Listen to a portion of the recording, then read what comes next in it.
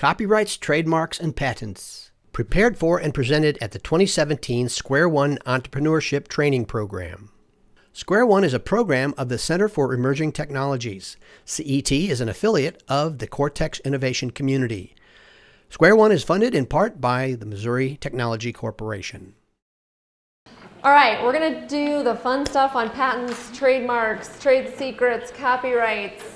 This is actually not my full time job. I do mergers and acquisitions and tax work and things like that, but apparently I've tried to take the dry part out of talking about patents and made it a little more fun, so they invite me back to cover that. Plus, I've written down the notes that you need to take for this particular session. It's in the mostly white piece of paper. Don't worry, I know you don't really want to read. I'm giving you the free things that you can take with you for copyrights and trademarks. Now, don't read too far ahead. We're going to get to those, and you'll be able to use those right away. But just have fun enjoying the presentation, seeing what's relevant for you, and feel free to interject as you did for Brian's presentation. Happy to answer questions along the way and make it worthwhile for you. Just as an opener, how many of your businesses are actually manufacturing or creating a widget, something, a toy, anything? 1, 2, 3, 4, 5, 6, 7, 8, 9. Okay, so tons of you are doing some of these things. How many of you are really sort of in the tech space, software? Then pay attention to 1, 2, 3. Okay, so we got a good group. Oh, Q, you do everything. Not sure what space you're in. Okay, so we're going to have a good mix. Fabulous. All right. We're going to start with, like I mentioned, we're going to cover it all, and then my successors are going to talk about licensing all of this IP in hopefully ways that make you millions of dollars and end up on a yacht in the future. Please invite us. We hope that we help get you there. We're going to cover patents. Everybody loves talking about patents. Patents are expensive to get, but sometimes it's worth that investment, and we're going to talk about some of the practical ways that you go about that. Talk about what trade secrets are. We're going to talk about how you treat those and why those are different from patents, why they're not written down, why we don't share them. We're talking about trademarks, and we'll talk about copyrights. This is the gamut of IP, okay? Something falls into one of those 4 categories in one way, shape, or form or another. We'll open up with our patents, the stuff that our widget makers, the people who have something tangible to hold on to, might find the most interest in. But you're going to have all of these pieces of intellectual property in your business regardless of what you make and what you sell. There's ways that you register intellectual property protection, and they're with the United States Patent and Trademark Office, the USPTO. I'll use that acronym throughout. You'll be able to go online as well, and you can search the United States Patent and Trademark Office by doing very basic searches. If you need more complex searches, I recommend that you hire an attorney to help you with those so that you really do know what's out there. Even searches that I run aren't as fancy as some of the very heavily practiced patent attorneys. Unregistered intellectual property are certain things that we'll talk about, and we'll give good examples of them. Trade names, trade dress, trade secrets, know-how. Those include customer lists. Obviously, you're not going to publish that.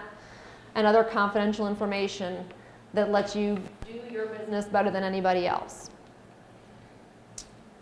Acquiring registered IP.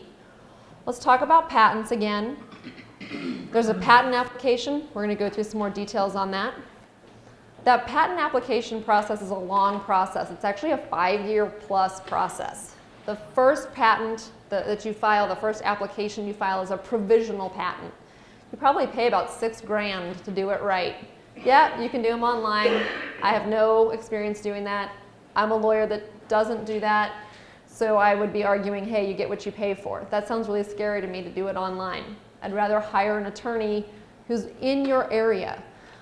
This doesn't mean that you pick up the phone and you go through the yellow pages and you're like, this guy does patent law, files patents. That guy or gal might actually just go litigate them and prosecute them and fight for them once they're already filed. You want somebody who actually writes the patent, draws your picture, creates the diagram, and you want somebody who has your same background. So if you're a mechanical engineer, guess what? You probably want a lawyer who was a mechanical engineer and then he foolishly went to law school and now he's a patent lawyer. You want that guy, you want that gal. So they're very specific in where you want to actually create what you want to preserve and what you want to protect. You want somebody who understands your product and your industry. That provisional patent alone, again, probably around $6,000. It takes about a year for that to go through the Patent and Trademark Office. It will ultimately be published about a year later. It will finally be public. People can find it. At that point, the USPTO will send you back a rejection and tell you that your idea is worthless and stupid, and somebody came up with the idea before you because look at all this history, what you thought of was not creative. They treat everyone the same way. You are not special. They will always reject it out of the bat. It's just the way it is. So you hire your attorney again, and probably for another good $5,000 or $6,000, we fight it. We push back and we say, no, no, no, this is why this is different. This is why ours is better. This is why this prior invention isn't the same anymore. This is this distinctive piece. And you push back. Sometimes the USPTO says, okay, you were right. We were just testing to see how serious you were.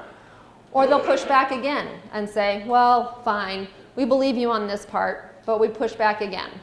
So you fight back again. Usually it's not quite as expensive the next time around. By the time you're finished fighting with the USPTO to get that patent, it's probably been a 5-year run, and you probably spent a good 15 to 20 grand, okay? So you must be committed to this process. It is worth it. I actually made my brother go through this process when he was in college. That was great. So talk about saving the bar money.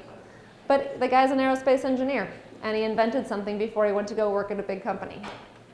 So he only had a small window of time to preserve that before he signed away all of his ideas to the big company. So I said, hey, you got this idea, you want to save it, you made something, you know, it's either important to you or it's not. So he fell into that category, and I still get a lot of trouble for how expensive that was for him. And we're hoping it pays off for his yacht someday. Trademarks and service marks. Thankfully, a little bit more affordable for the average bear. Trademarks and service marks can be filed with, again, the United States Patent and Trademark Office.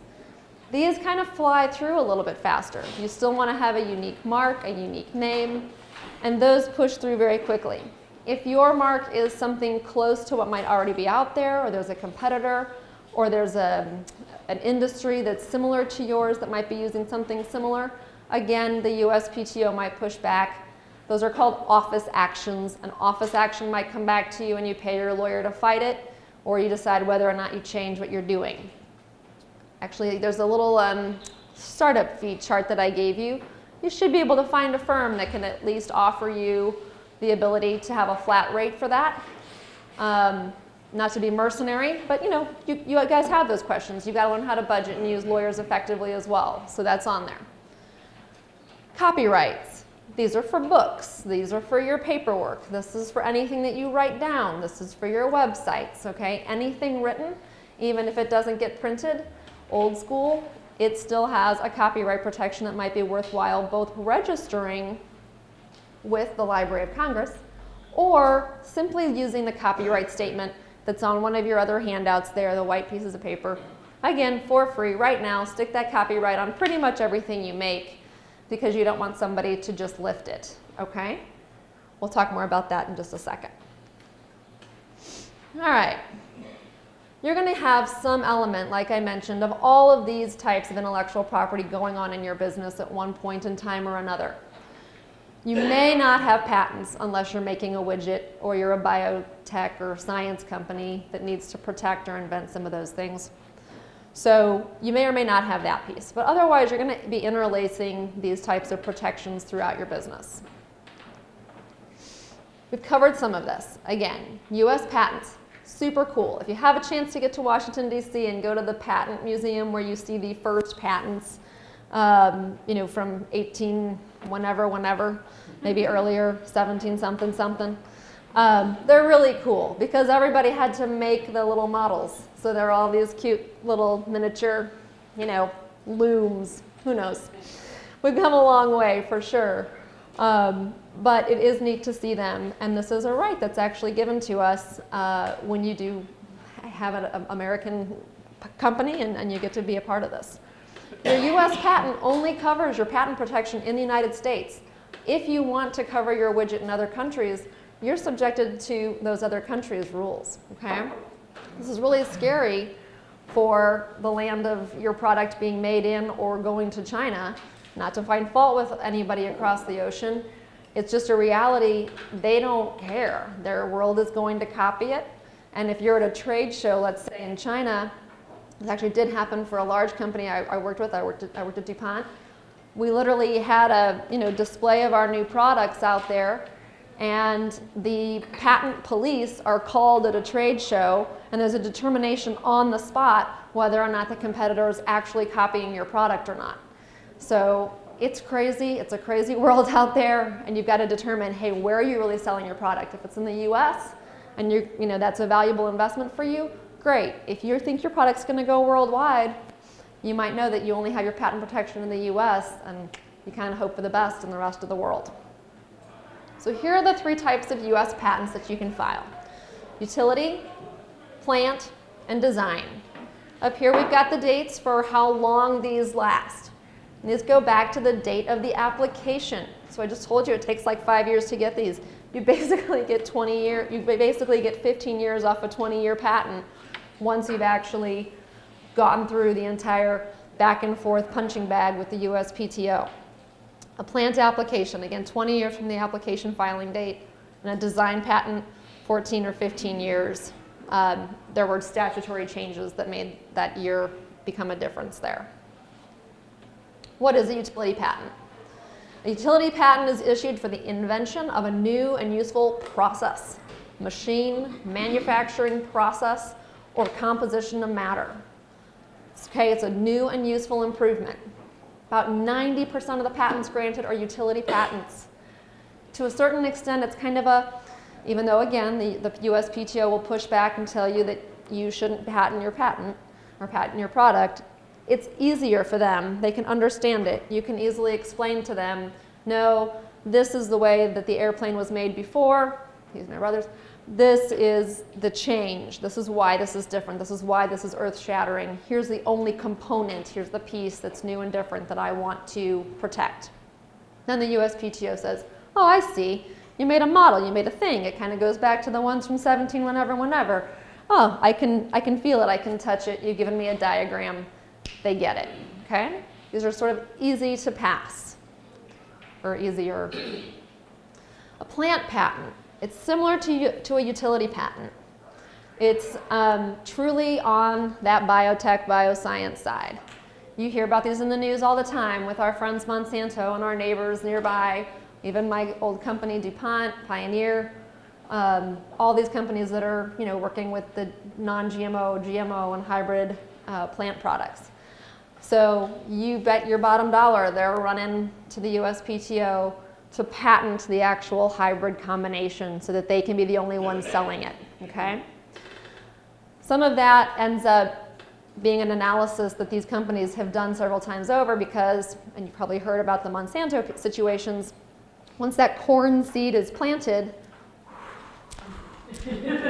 the wind blows and that corn flies through to the next yard and the next farm. So how can they really protect that particular hybrid when the wind blows?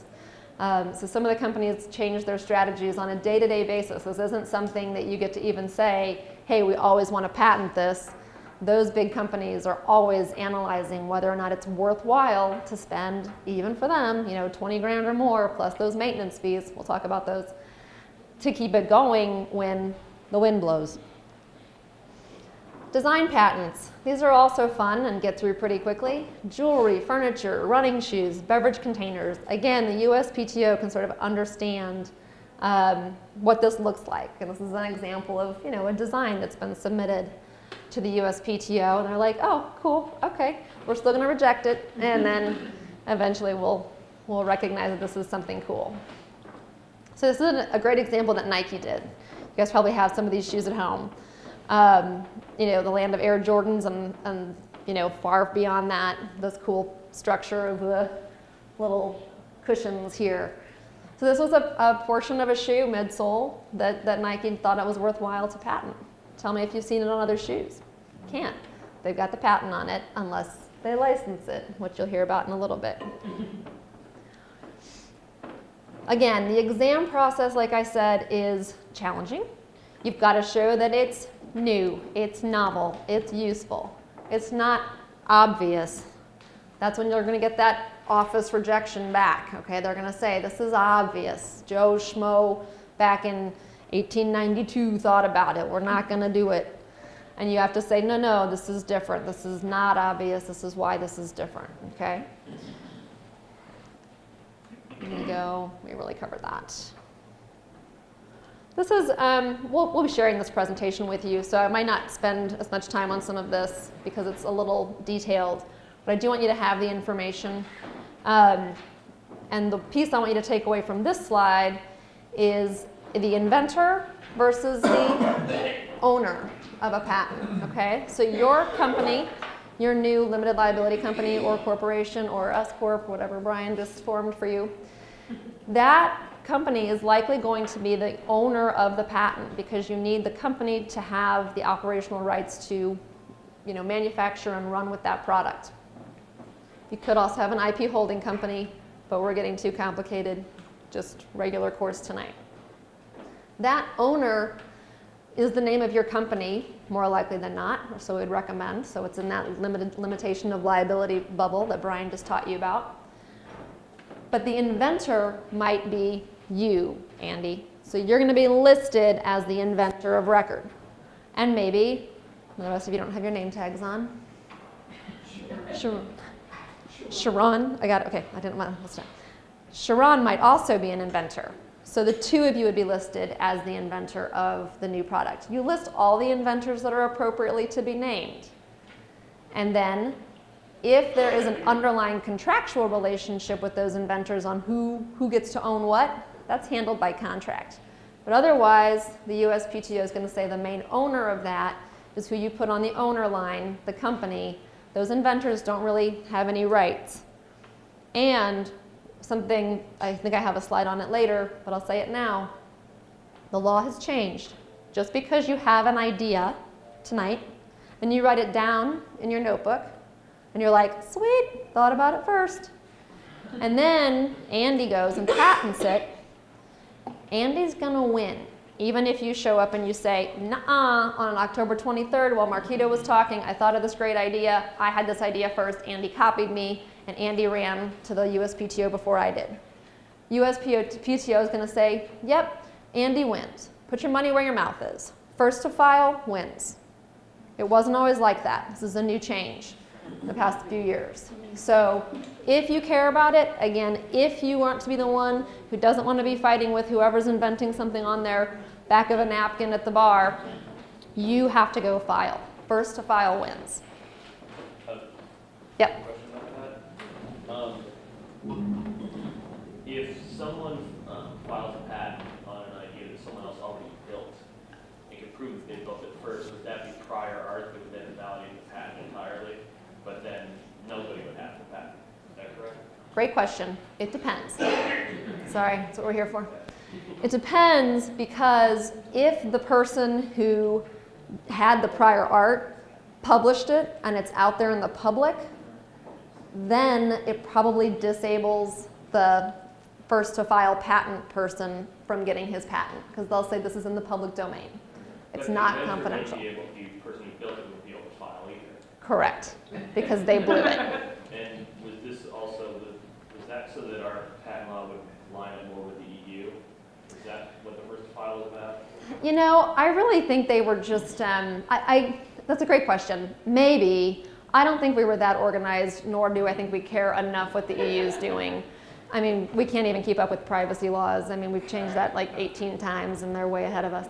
So I wouldn't give it that much credit. I actually think they were tired of the situations where people kept coming up and saying, nuh-uh, I thought of this idea first and I should get credit. You don't have to look at evidence then. Just That's right. They're on records who filed first. That's right. And it makes people be more cautious. Let me just share this one thought and then I'll get to your question.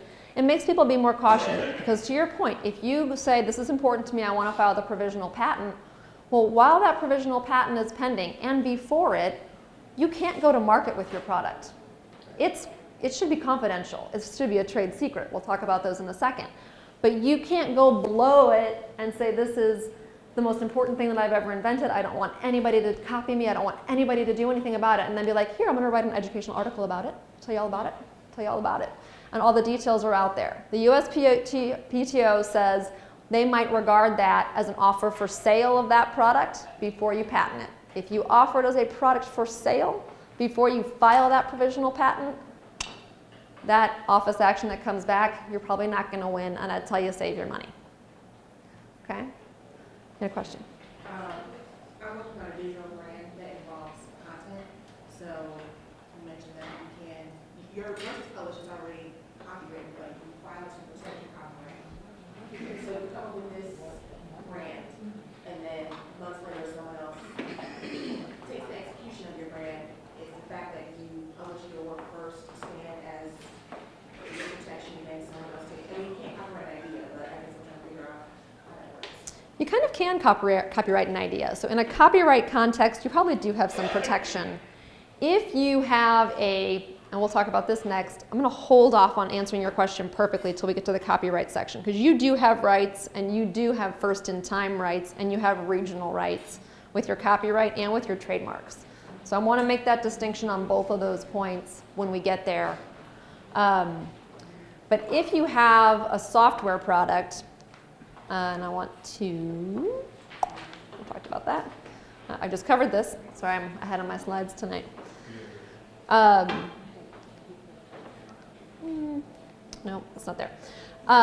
If you have a software product, if there's something that coding-wise is very unique, this is what those are patentable, okay? So you can patent it. And what I would do is recommend that you talk to a patent attorney who can analyze it for you and tell you whether it's worthwhile or not.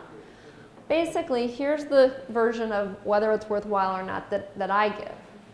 If your inputs are 1 + 1, and yet it goes into the system online, and the website's magical, and something amazing happens back there, and the output is, oh, look, a human being. You're like, wow, how did that happen? That's amazing. That the USPTO says, great. We can't figure out the magic sauce that went on back here. But if it's 1 + 1 and the output is 2, we're like, yeah, whatever, we got that. Not patentable, okay? So the tech, the design, the software, some of those, and software kind of falls into those design patents. What are you doing from a process standpoint that's so earth-shattering that really the naked eye, the intuition, your intuitive senses couldn't figure out? You must be doing something complicated, some complex math, some complex coding that people can't figure out easily.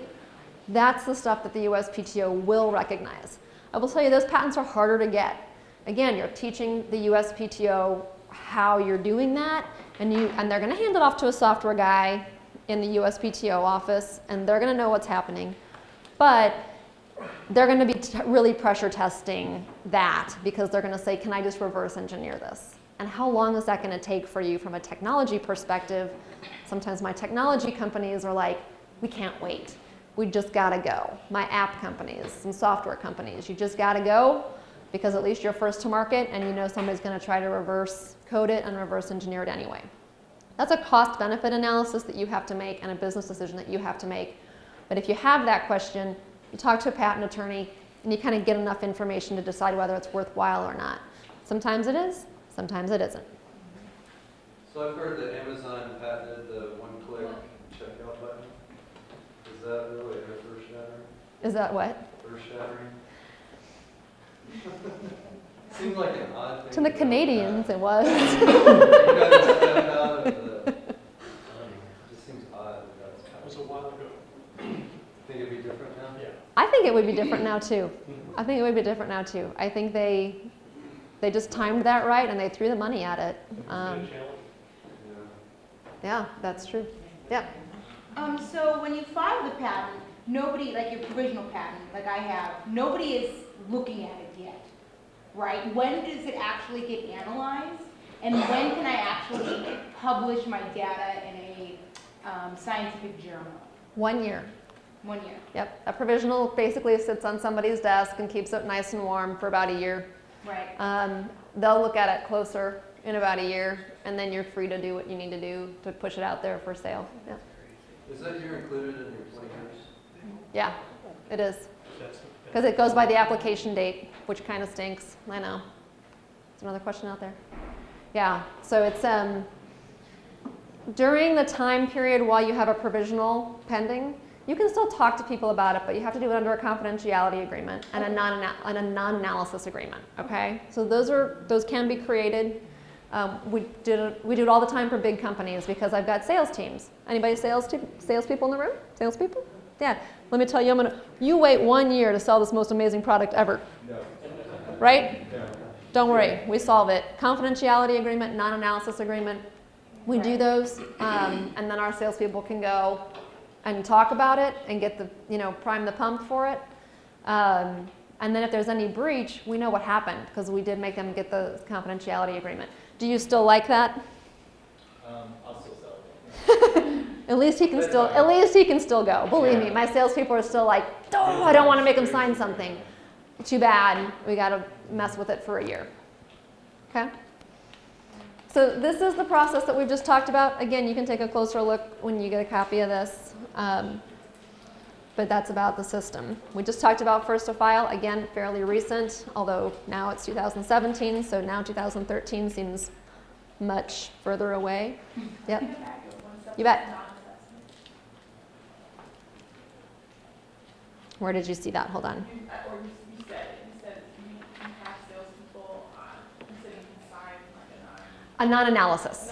I'm like, wait a minute. I'm like, she stumped me already. A non-analysis agreement. So basically, the confidentiality agreement would be a standard confidentiality agreement, but it includes a special provision that says that you agree you won't reverse engineer my product. You won't reverse engineer my code, and you won't reverse engineer the whole thing such that you can go out and make the thing tomorrow. And if you do, I'll know about it because you signed this document. Okay? Any other questions on that? Okay. Fees, again, we kind of talked about these. The $6,000, like I said, goes to the attorney. This fee goes to the USPTO. Okay? So you can pay extra money to get attention. I actually have not seen this make, any, I don't know why they call it prioritized or accelerated. It's 1 year from that date of your application filing to wait for your provisional. So I think this is just a misnomer. These are the filing fees that go to the USPTO in addition to your legal fees. Okay? Here's what's great about being a startup. You get to file based on micro entity fees. You're tiny, you're itty bitty, own it, it's okay, cool. We can be big later and pay more fees like Amazon did for their one-click.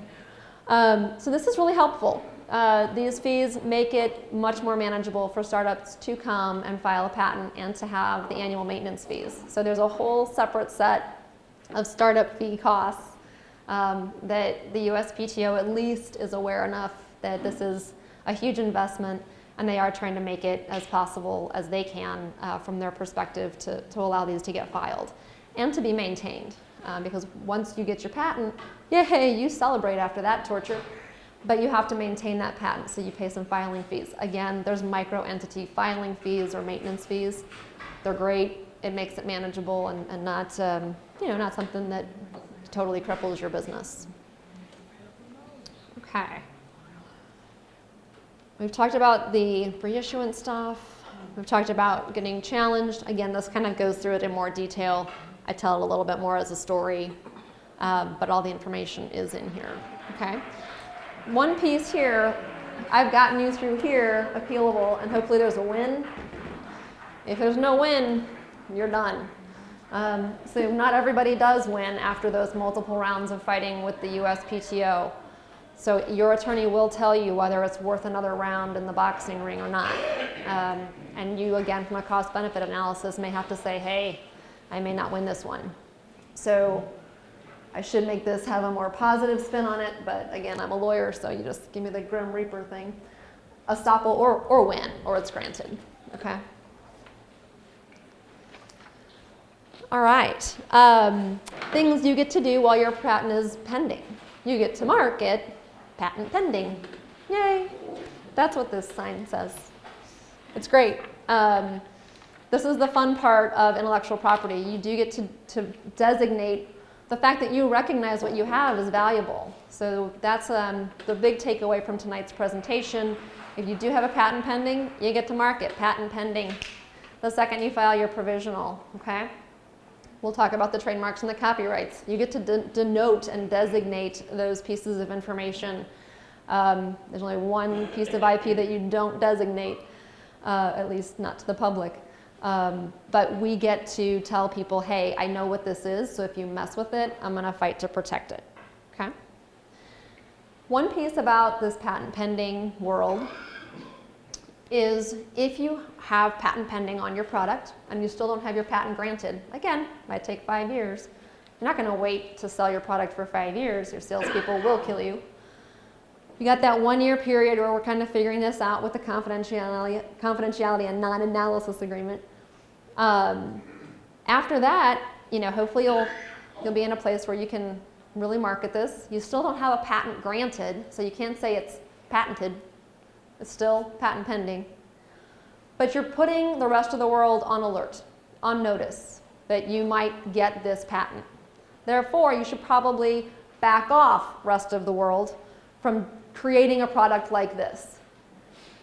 It's a warning symbol. It's a deterrent, hopefully, to your competitors because you're trying to tell them, I already got it, I'm first to market, and if you want it, you're going to have to license it from me afterwards, or when I get the patent granted and you have a competitive product that basically copies mine, I will come and I will sue you. I will come and I will take all of your profits that you made from selling the competitive product that copied mine, and I will disgorge your company. I will rip out from your company all of the profits that you made for making a product that copied mine, because poof, now I got my patent. If you never get your patent, you don't get to be that scary. If you do get the patent, it's really expensive to go and fight to go get that protection. Of course, again, hire the lawyers, hire those guys from the yellow pages I told you not to hire at the beginning. Still don't hire those guys. I mean, not that they can't be advertising and I recommend them, but find the right one. Those are the folks who are going to go fight, and you need that patent litigator to go out there and say, hey, we got our patent. You've been copying us for 5 years. The problem is you have to sit there for 5 years and watch the competitor possibly make a copying product of yours, and you can't do anything about it until you get the patent granted. So things to know about as you make your business decision on whether you want a patent. Okay? All right, let's talk about trade secrets for a second. Any other questions on patents? Other details are in the slides, you'll see them later, but that's the nuts and bolts of it. Licensing, folks, did I screw anything up? Not obviously, okay. Yeah. So if, let's say that you do have something that might be worth off patent, but you know that you don't have the money to defend the patent in the long run. If you get granted, is it even worthwhile to sue it anymore? I wouldn't cross that bridge before you get to it, because you might have the money. You probably will have the money. You're all going to be successful entrepreneurs, right? So if you really believe in your idea and it's worth protecting, I'd rather say to you, it's less expensive to make the investment now if it's worthwhile enough after talking to an attorney, deciding if you want to do that.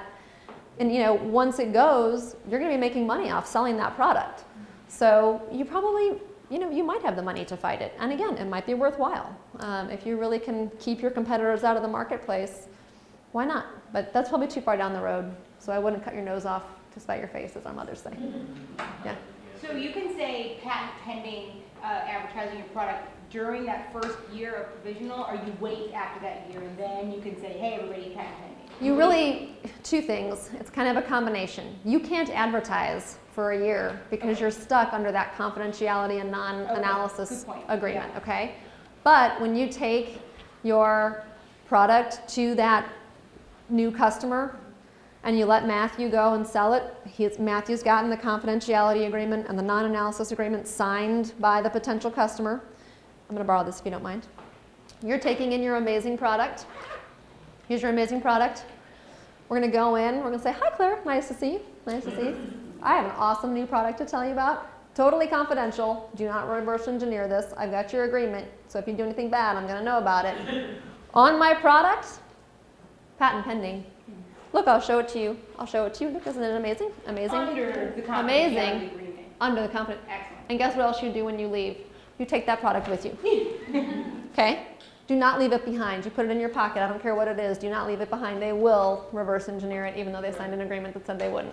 Excellent. If they produce it, you can sue them. Right. Short of that, they're tinkering with your toy. Right. Take it with you. Thank you, Claire.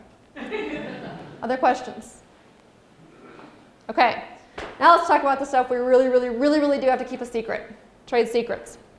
Trade secrets are never, ever patented. Ever. Ever. When are they patented?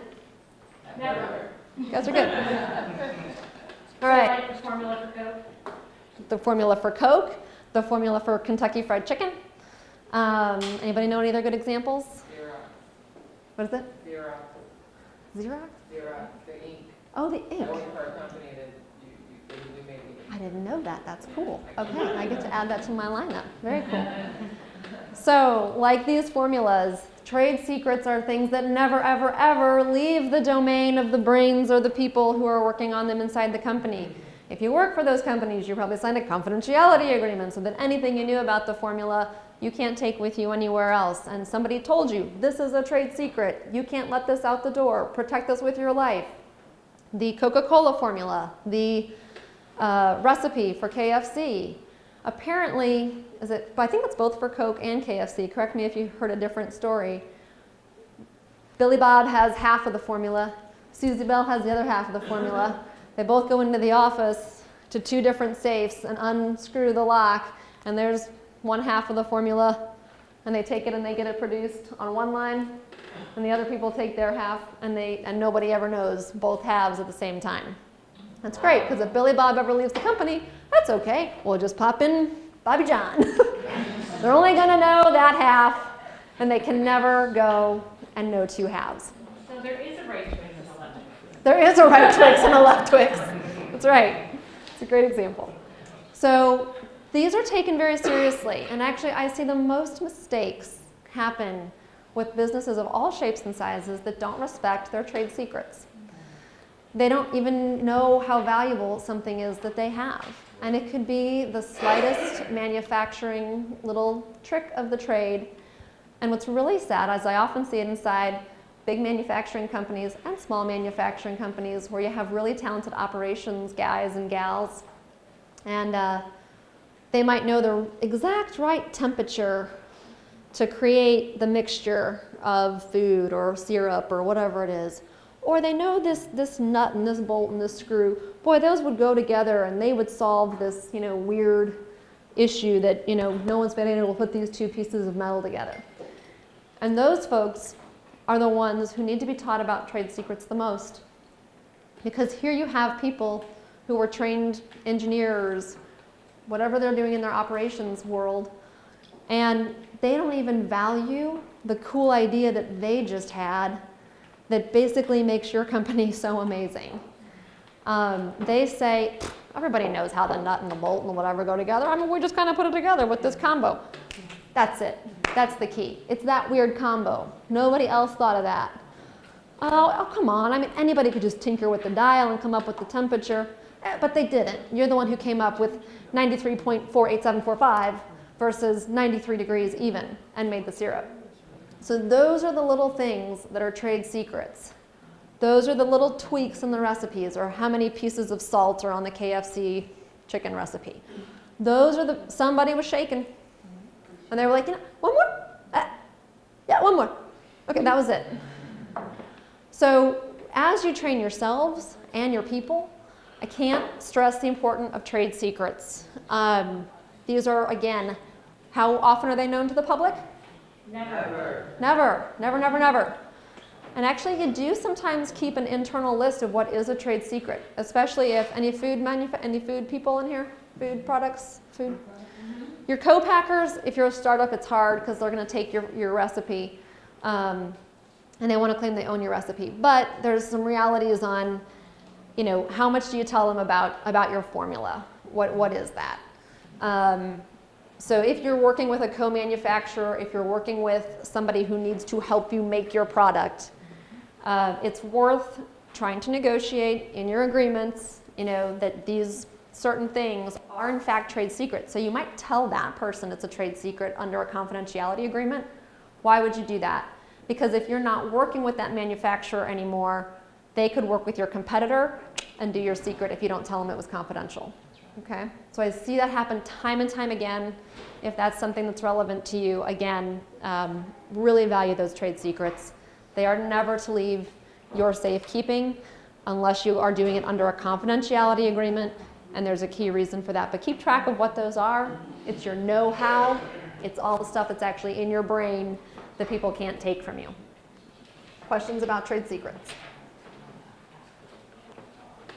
Just the Uber automatic driver, that's a big example. It's a great example. Great example. Beats my KFC example, but I can't make a locker. Okay.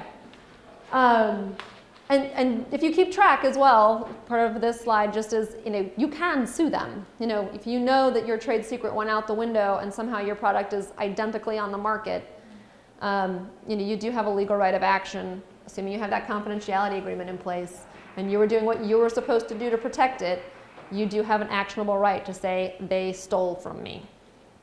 Okay? Yeah? Do you have the responsibility to prove that they stole it? To a certain extent, yes. Because the law says if you can, again, it's kind of like that same confidentiality piece for patents right before you need to go sell it. If you valued your trade secret enough, you better show that you did everything in your power to protect it. So if your case will say, well, Your Honor, we have two safes. One safe has half the formula, the other safe has the other half of the formula. All of our employees are trained that the Xerox formula is confidential and trade secret and that their heads will be cut off if they tell anybody about it. We have done our training. We have told people that this is what it is. When we signed our contract with our co-manufacturer, we wrote right here on Exhibit B, trade secret, how you screw in the lock. We told them. That's your proof. Okay? It's kind of proof on how you care for it. But you don't have to actually show the evidentiary trail that shows how that somebody actually leaked it. You can get a presumption that it was leaked. You can probably get a presumption that it was leaked if everything Okay. lines up from a contractual standpoint. And you say, this is the only person that we've worked with. And Susie Bell used to work with that manufacturer and they took it and ran out the door. Okay? Other questions? Yep. So if you can still sue people over the trademarks, what's the point of getting the patent? Over the trade secret, you mean? Yeah, because that's a lot cheaper. Heck yeah. It's a lot cheaper to keep your mouth shut. It always is, right? That's what I'm trying to do. It's a great question. So this is the million-dollar question, and you do need to talk to an attorney about it for your situation. Obviously, Pepsi, Coke, KFC, what have they never done with their recipes? Right. Why not? Because patents are public. The trade secret is secret. If you really don't want anybody to touch it for forever, Coca-Cola's been in business a long time. KFC's been in business a long time. Remember slide 1 or 2, whatever it was? How long do these patents last? How long has Coke been around? How long has KFC been around? There you go. How long have they kept their secrets? Freaking long time. That's it. Holy shit.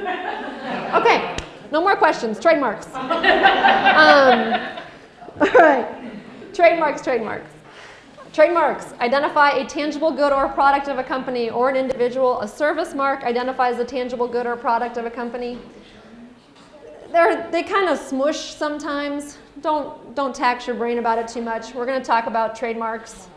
A trade name may or may not be a trademark, but it may be both. So if the name of your company is, I was going to use Blue Maven, but I don't know if I can do it. Yeah, I can do it. Okay, I'm going to use Brian's company. Brian's firm is Blue Maven LLC, or Blue Maven Law. Okay, sorry. I'm going to change it to Blue Maven LLC. Sorry. Brian's company is, what's it? You're going to have some trademark issues. Yeah. So the name of your company is Blue Maven LLC. He can call his company name for short Blue Maven. Doesn't need the LLC on it when he's talking to all of us and saying, what's your company? Blue Maven. Okay? That's his trade name. That's how he walks around and says who his business is. If he wants to trademark his tangible good or service, he provides legal services, he would basically use the word Blue Maven with an SM or a TM, an SM because it's services, and he would kind of use that word like an adjective. Blue Maven, legal services, okay? And the Blue Maven then gets the SM with legal services. But if he just says, I'm Brian Rogers and I work at Blue Maven, no service mark, okay? Got that? Okay. Got 5 minutes to talk fast. Trademarks. This is your cheat sheet that you all have as a handout. See, I knew I was going to run out of time, and I'm like, you just need to take that piece of paper home.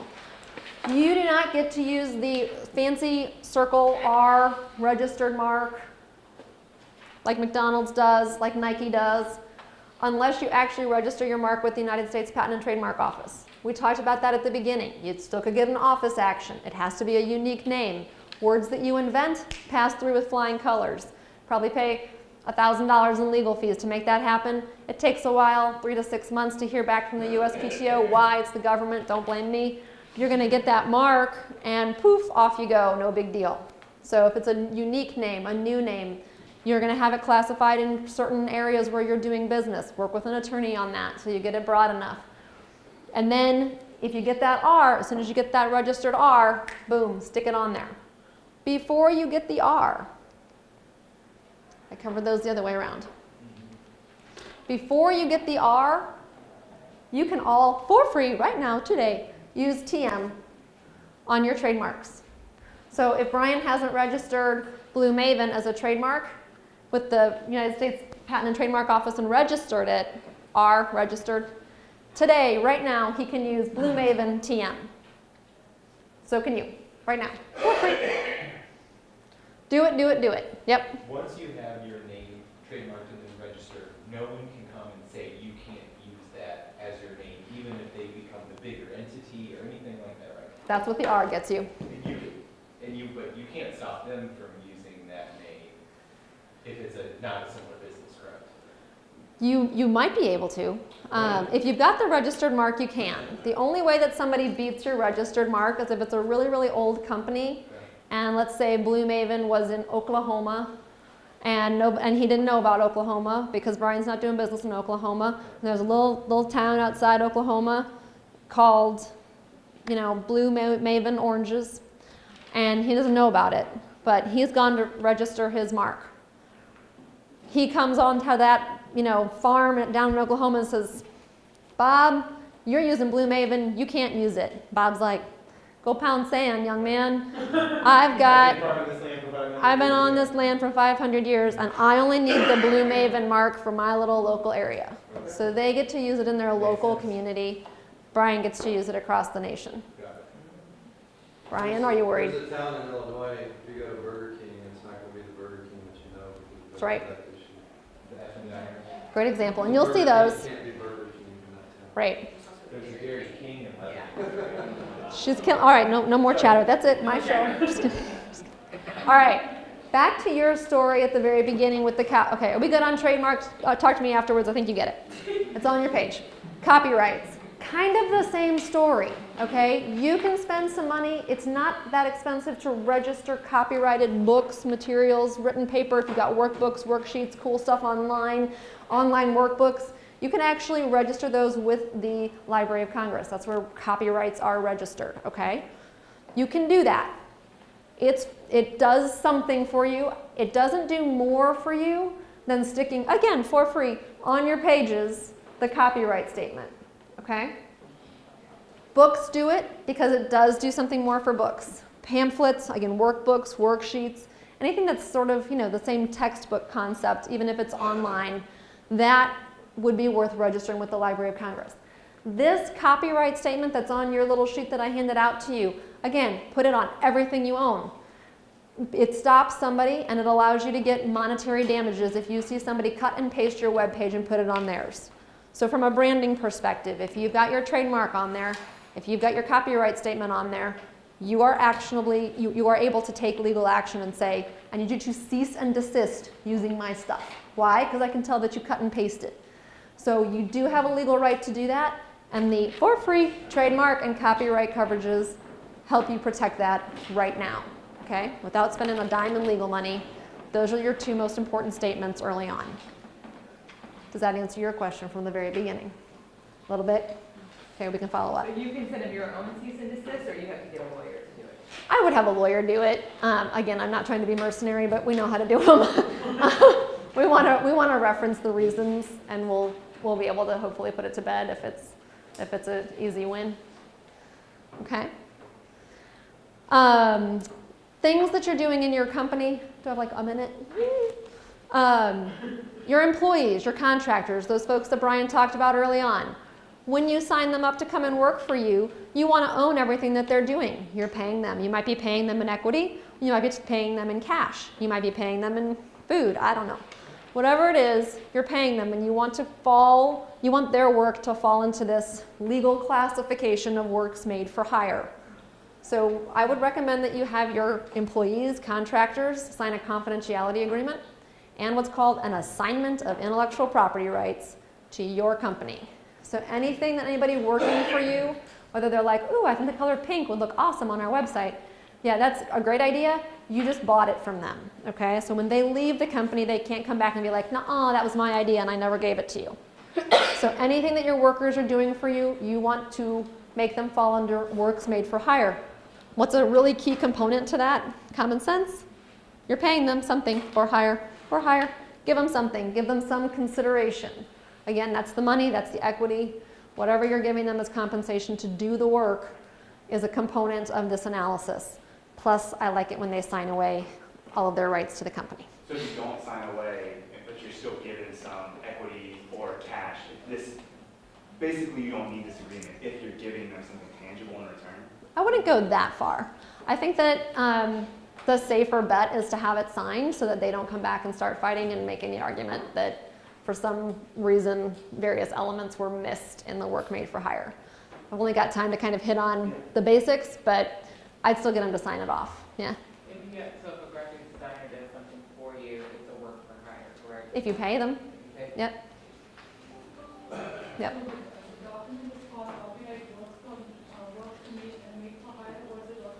The document would be a confidentiality and assignment of intellectual property rights. Okay? Brian does those, I do those. They're on your piece of paper as stuff that you need early on. Okay? Again, we're going to close out with your one company could have multiple forms of IP. We just ran through them like banshees. You can have trademarks. You can have copyrights. You might have some patents. You probably are going to have some trade secrets. Dear Lord, please protect them. So these are the things that we want you to be thinking about as you do them. And think of the sad stories of other people who have had to pay money to go and fight the work made for hire because they didn't have somebody sign it. Think of my operations guys who lost out on a lot of money because they just let that know-how and that trade secret walk out the door. Don't let that be you. That's part of the purpose of these courses. Learn from other people's mistakes. You know, the stove is hot. It doesn't have to be you. I think that's where I'm at. We're going to talk about assignments and licenses next, so I'm done.